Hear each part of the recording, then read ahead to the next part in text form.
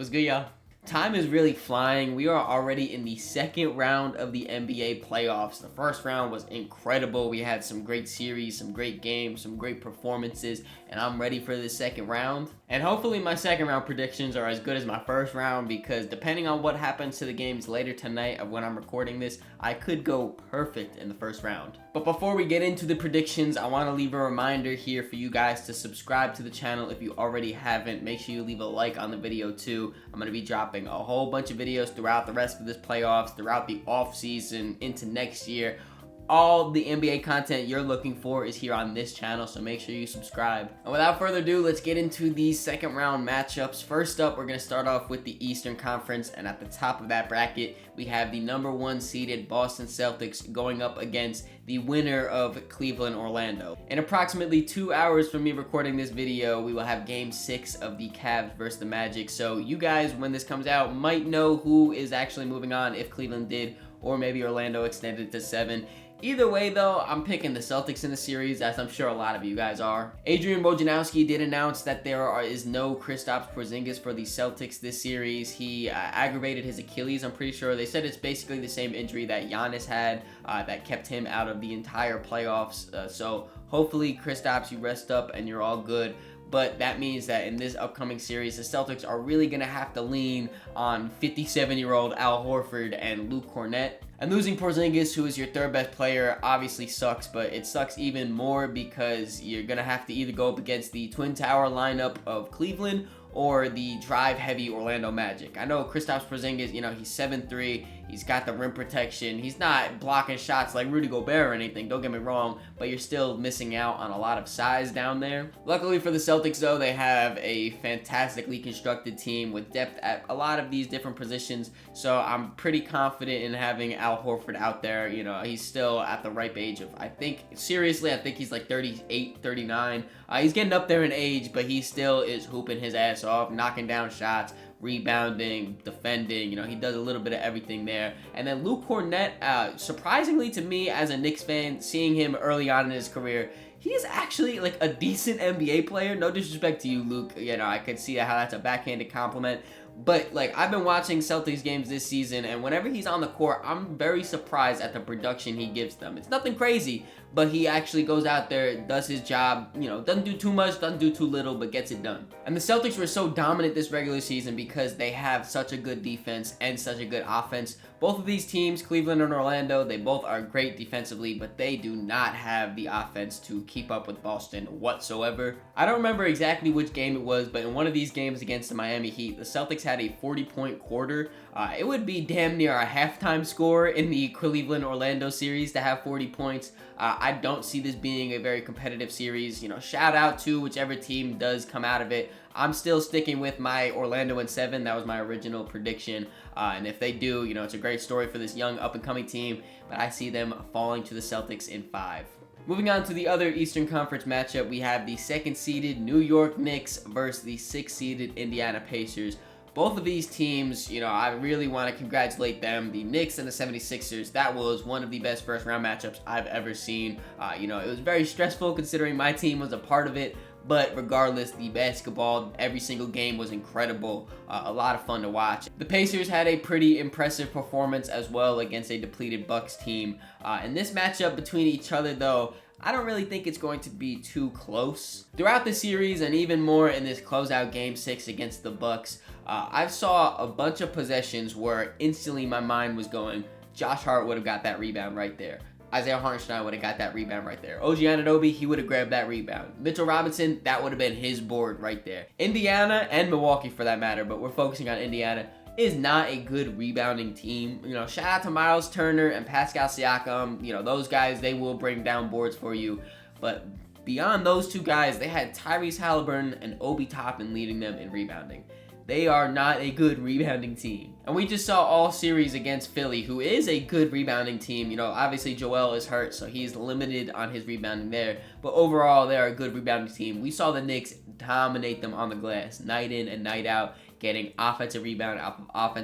That's a big part of the Knicks offense, is to get those second chance points and, kick out the shooters and all of that. and I see them feasting on the glass against Indiana. The Knicks are just a much more physical team compared to the Pacers, and when it's in the playoffs, the physicality is what moves up and up and up as you move on throughout the playoffs. So I think it's going to benefit the Knicks a lot, not just on the rebounding, but defensively too. I think, obviously the Knicks have held their hat on the defensive end throughout the season, but when you look at the matchups too, I think they match up really well against Indiana. OG Anunoby is going to be the perfect matchup for Pascal Siakam. He's got the good combination of size and quickness to keep up with him. Those first 2 games against Milwaukee, Pascal was hooping his ass off. Without Giannis, they didn't really have a good matchup for Siakam. OG, though, slot him right on there, really make it tough for him. Then for Tyrese Halliburton, they have a few different guys they could throw out. I would assume Josh Hart's going to be the main guy, considering Hallie is a bigger guard at 6'5". He's got quickness, but he's not, a lightning fast like Tyrese Maxey, who we just had to deal with all series.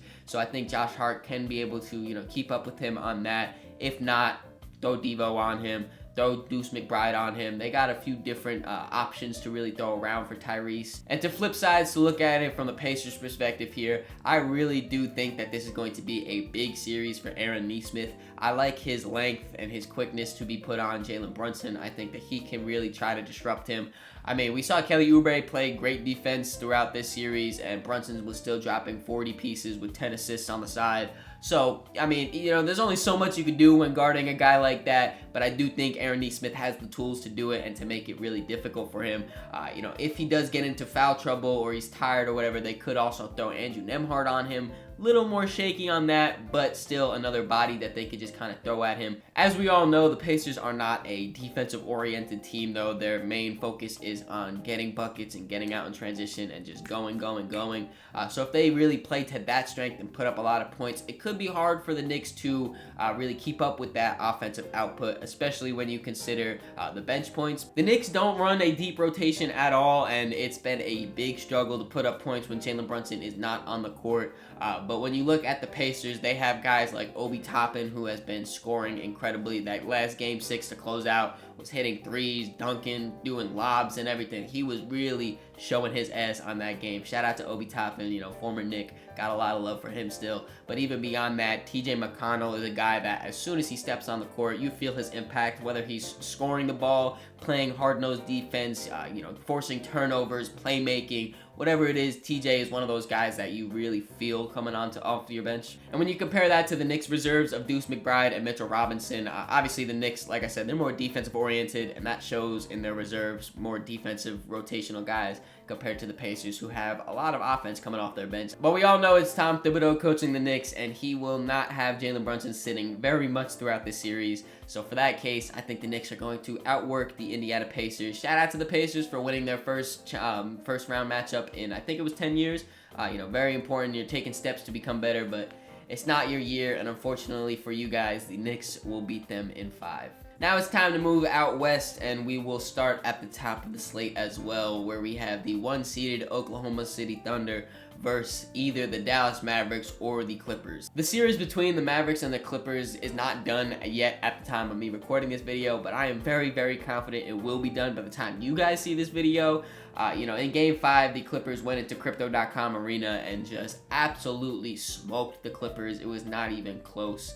And I think that's probably what's going to happen tonight in Game 6 as well. I know the Clippers, they've been missing Kawhi for the last few games, and he will be out for Game 6 as well. I have trust in Luka and Kyrie to close this series out at home and move on, so that's how I'm going to be talking about it, as if they did that. And when you look at the Mavericks this series, besides Game 1, they looked incredible without Luka looking good. That's the biggest thing. Luka just had his first good game to the quality of Luka in Game 5. Throughout these first 4 games, though, he was not on anything. He was shooting super poorly, 39% from the field and 26% from 3.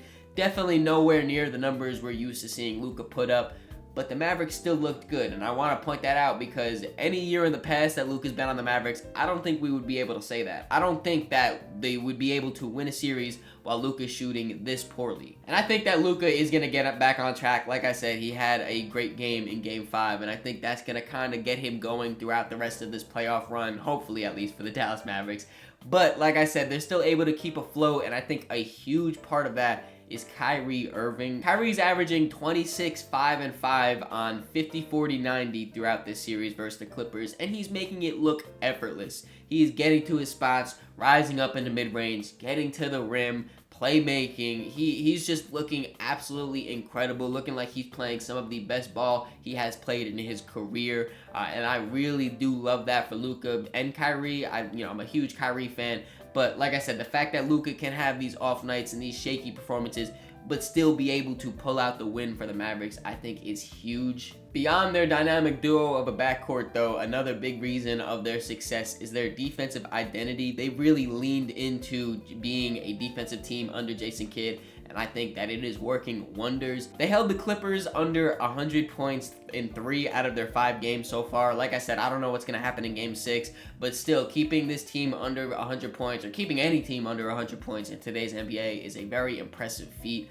And I just really like their defensive personnel. They have guys like PJ Washington, Derrick Jones Jr., Josh Green, all these guys flying around on the perimeter, being versatile, guarding multiple positions, and then also down low, their rim protectors of Derek Lively and Daniel Gafford. I don't know why Daniel Gafford's name just exits my mind every single time I try to talk about him. They have a lot of defensive personnel that can do a lot of things, and I've mentioned before a lot that I really do value versatility on defense, and they have a lot of versatility even in their lineups too. They can go big, they can go small, they can run fast, they can play a whole defensive lineup out there. And I do think the Thunder are kind of similar to the Mavericks in that sense that they also have a lot of rangy, versatile defenders.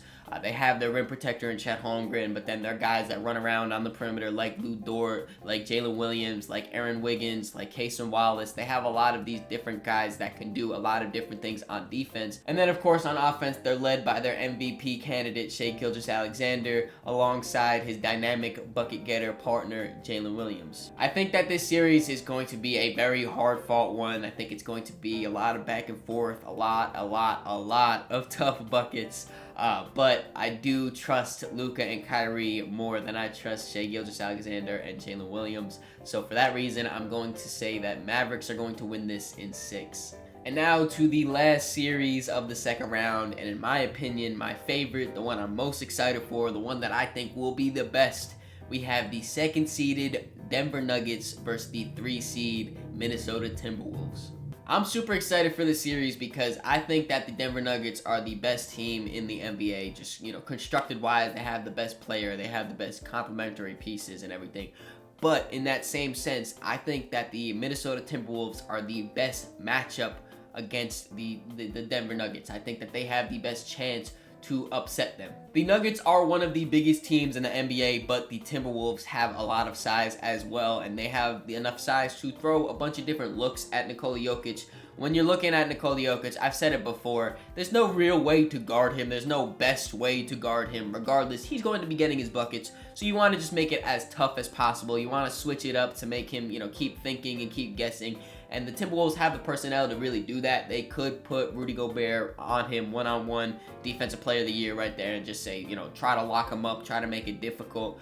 Or if they want, they could do the Rui Hachimura adjustment, if you want to call it that, where they put Cat on him, who still has size at, that 7 foot, 6'11" range, still has that size to really bang down low with Jokic, but that also leaves Rudy Gobert open to just kind of roam in the paint and just be looming, looking for those cuts, looking to help on the double when needed. But even beyond having size to throw at Jokic, they also have the perimeter guys to keep up with Denver. You have Anthony Edwards, who would be a great matchup for Jamal Murray. I know Jamal has been, a little shaky throughout the Lakers series, but he's been hitting great big shots whenever they need. So having Ant on there with that size and that athleticism to try to, shake him up a little bit, I think would be great. Then they have Jaden McDaniels, who can be thrown onto MPJ for some extra length, to really try to mess up his jump shot and bother him with that. Off their bench, Nickeil Alexander-Walker is another great defensive piece that they can throw on Jamal Murray. And these great defensive matchups go both ways. Of course, when you look at the Nuggets, they have Aaron Gordon, who is one of the most versatile defenders in the NBA.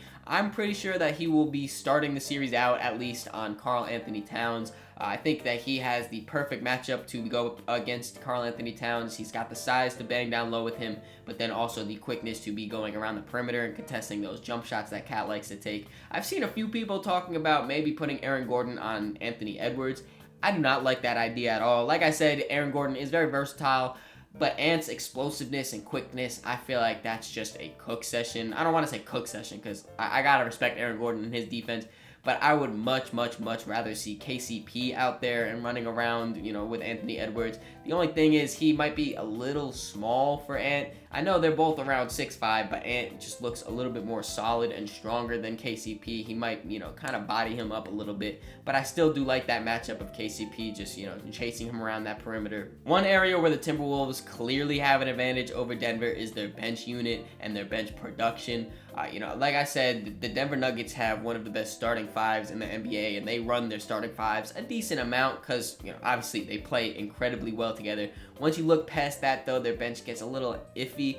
You know, they have Peyton Watson, who's, you know, a good energy guy, great on defense, but offensively, he's not going to be giving you too much. Christian Brown can go in there and get you a little bit there, but again, not really giving you too much production. Reggie Jackson is DeAndre Jordan, I mean, they don't even run him in the playoffs like that, really. But then when you look at Minnesota, they have Sixth Man of the Year, Naz Reid, coming off their bench to give him that offensive punch. Nickeil Alexander-Walker, who I alluded to, you know, is great on defense, but he can also knock down some threes and, you know, get to the rim a little bit as well. So I really like the production that they can get off that, especially if they line that up where Jokic is not on the court.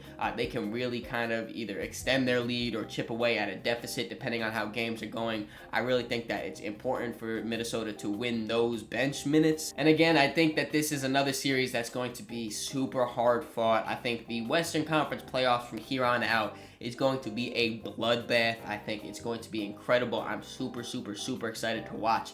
I think that this series is going to be going the distance. I think it's going to go 7.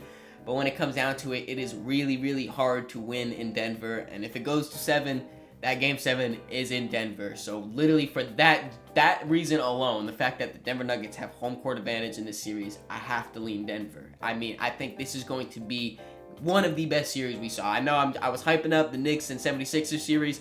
This series might be even better than that. What do you guys think, though? Which series are you most excited for? Also, let me know which one of my takes was my best take and which one of these takes was my worst take. Leave it down low in the comments. I'm always up for a conversation. Hope you guys enjoyed this video. If you did, make sure to leave it a like, subscribe so you don't miss the next one. In the description, there's links to all my social medias, so make sure you follow me on all those to keep up to date with me. Catch y'all.